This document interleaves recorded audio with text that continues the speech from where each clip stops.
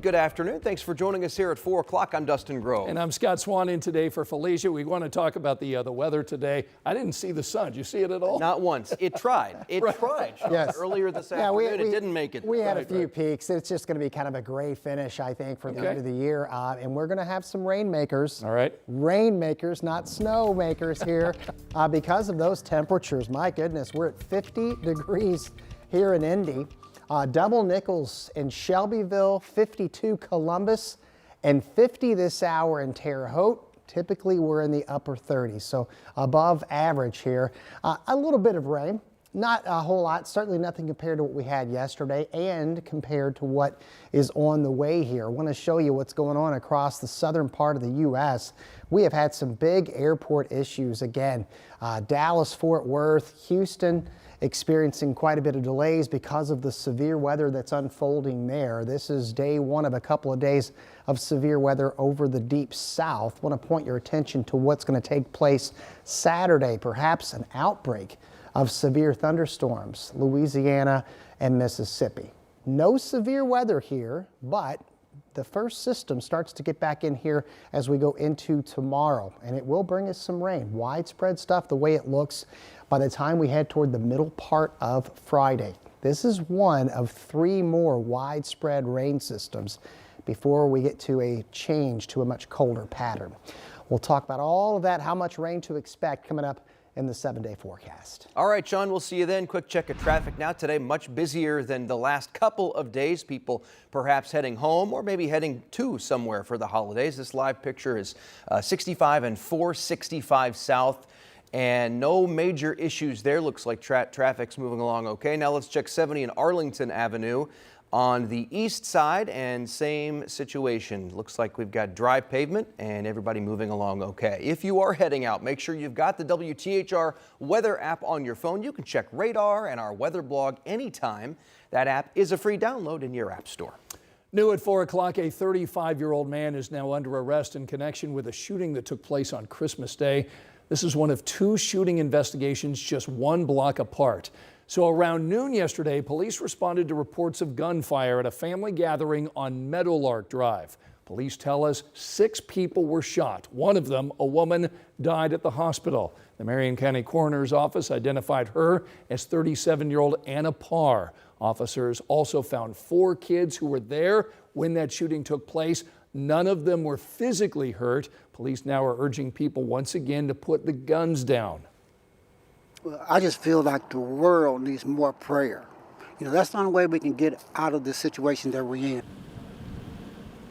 So the person of interest in this case was also taken to the hospital, we're told, with non-life-threatening injuries. We'll be updating you if and when police charge that 45-year-old man who was arrested. We are also looking into another Christmas Day shooting in Indianapolis, this one near Kitley Avenue and 46th Street, around 11:15 yesterday morning. When police got there, they say they found a man who'd been shot. He was rushed to a nearby hospital where he died. The Marion County Coroner's Office tells us they identified that man as 44-year-old Cedric Cruz.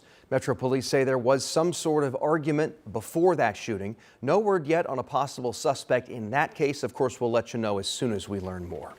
Right now, questions are stirring after 5 journalists died in Gaza after their vehicle was struck. The Israeli army is claiming its Air Force attacked the car because members of an Islamic militant group were inside. NBC's Raf Sanchez explains today how this could affect a possible ceasefire deal in the works. Hey there, the Holy Land's marking a second Christmas and a second Hanukkah, with the war in Gaza still raging and Israeli hostages still in captivity in Gaza. There's been no let-up in Israeli airstrikes over the holiday period across the Strip. Early this morning, health authorities say 5 Palestinian journalists were killed when their van was hit by an Israeli missile outside of a hospital. They are from a network called Al-Quds TV. The network is saying that one of the journalists was actually waiting outside the hospital because his wife was giving birth to their child inside when this Israeli strike came down, completely destroying their press van.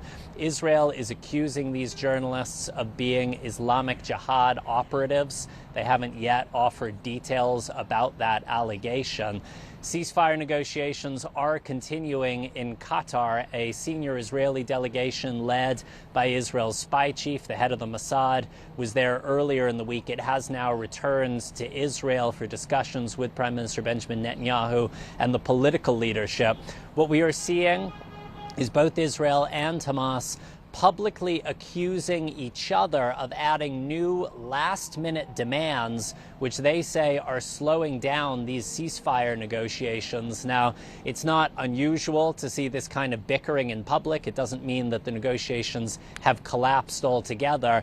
It does mean it is looking increasingly unlikely that we are going to have a deal in place by New Year's, which had been the hope. There is, though, a general sense of urgency right now generated by President-elect Trump, who said that, in his words, there would be, quote, hell to pay if a deal was not in place by the time of his inauguration on January 20th. I'll send it back to you. Some difficult images to see there. Back here in Indiana right now, a major healthcare network is sending out notifications to patients affected by a cybersecurity incident back in May. According to our news gathering partners at the Herald Bulletin, Ascension mailed letters after a ransomware attack impacted several systems. Ascension released a statement earlier this month saying the hackers may have gotten to files containing patients' personal information. Hanukkah is officially underway, and this year the first night of Hanukkah fell on Christmas Day. Here in Indianapolis, every day throughout this holiday, a different Jewish community group will be holding a candle lighting. They'll take place at the Jewish Community Campus right here in Indy. The second lighting is tonight at 5. They'll be lighting the menorah every night until the 8th. And the final night on New Year's Day. Also this weekend, Frederick Douglass Park will be hosting a Kwanzaa celebration. It's a free event put on by Indy Parks and Rec to teach people about the history of that holiday through stories and songs. Kwanzaa is a week-long celebration of African-American culture. The event runs from 12 to 2 tomorrow afternoon. And coming up in the next half hour, we're going to have somebody from the Indianapolis Kwanzaa Committee here to talk more about Kwanzaa and how you can take part in the celebration.